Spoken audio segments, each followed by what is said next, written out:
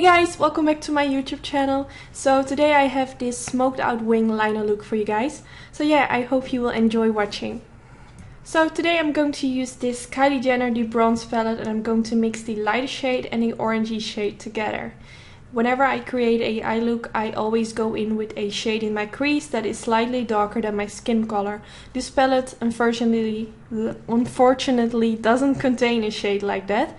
So what I do, I just mix a very light shade and a darker shade together, which will give me that perfect transition shade. So I'm blending those two together in my crease.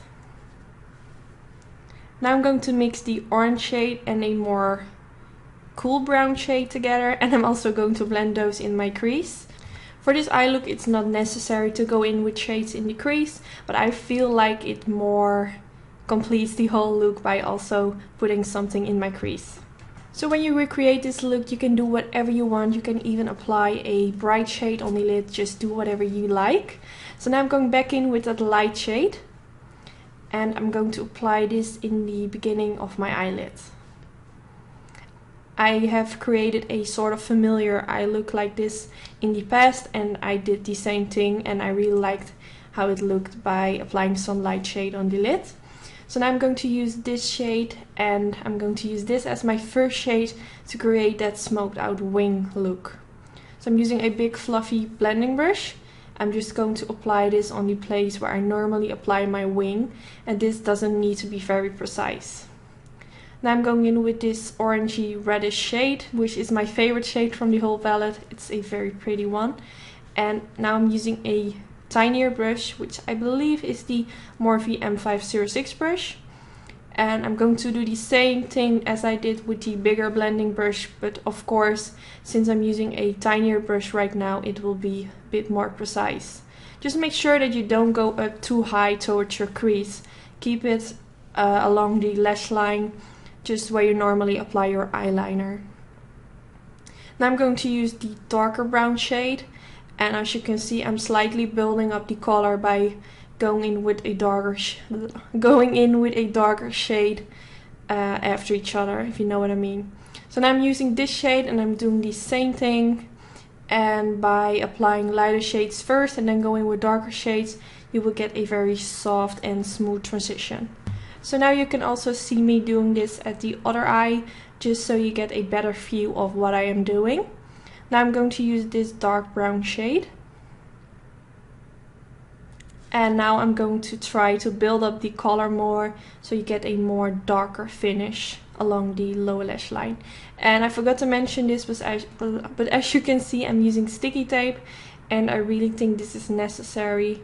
Well, it's not definitely necessary, but it makes it way easier to apply this because you can't really make a mistake. Of course you can make a mistake with going too high, but you won't go too low, if you know what I mean, because that's where the sticky tape is for. And I'm using just whatever is left on a brush and blend everything together. Now I'm going to use the black shade from the palette, which is not very black. When I compare it to other black eyeshadows that I own, this one is not really black. But still, it's nice. I enjoy using this palette. So I'm going to use this tiny brush, which is by Morphe brushes. And I applied it where I normally apply my eyeliner, but just a lot of eyeshadow at the tail where you normally apply your wing. Now I'm using this blending brush to smudge it out. Now to make it even more intense, I'm going in with this L'Oreal Super Liner Perfect Slim eyeliner, and I'm going to apply a tiny line at the outer end of my outer end above my lower lash line, and a tiny amount where I normally apply my cat wing. And I do have to say, when you recreate this and you also want to do this, go in with a gel eyeliner. It will be more easy to blend it out. A liquid liner dries and it will stay in place, which made it very hard for me to blend it out. Because now I'm using a black eyeshadow again and I want to smudge it out, but it's very hard since it already has dried. So yeah, next time I will use a gel eyeliner. I think that's way more easier, or go in with a black pencil. I think that will also work really well. So I'm just trying to smudge it out, and I picked up more black eyeshadow and more black eyeshadow to make it work. And I do think it looks great, but it could have looked better, I guess. So now it's time to remove that sticky tape, and you can see it'll leave me with a very crisp line. I'm very happy with the end result. So now I'm going to use a white eye pencil. I'm going to do this in my waterline. I want to keep the lower eye, how do I say it? I want to keep my eyes clear and bright. I didn't want it to go for a smoky lower lash line, but of course you can give your own twist to this. Now again, I'm going back in with the black eyeshadow shade, and I'm going to apply this also underneath the eye. I'm trying to connect the eyeshadow with the smoked out wing.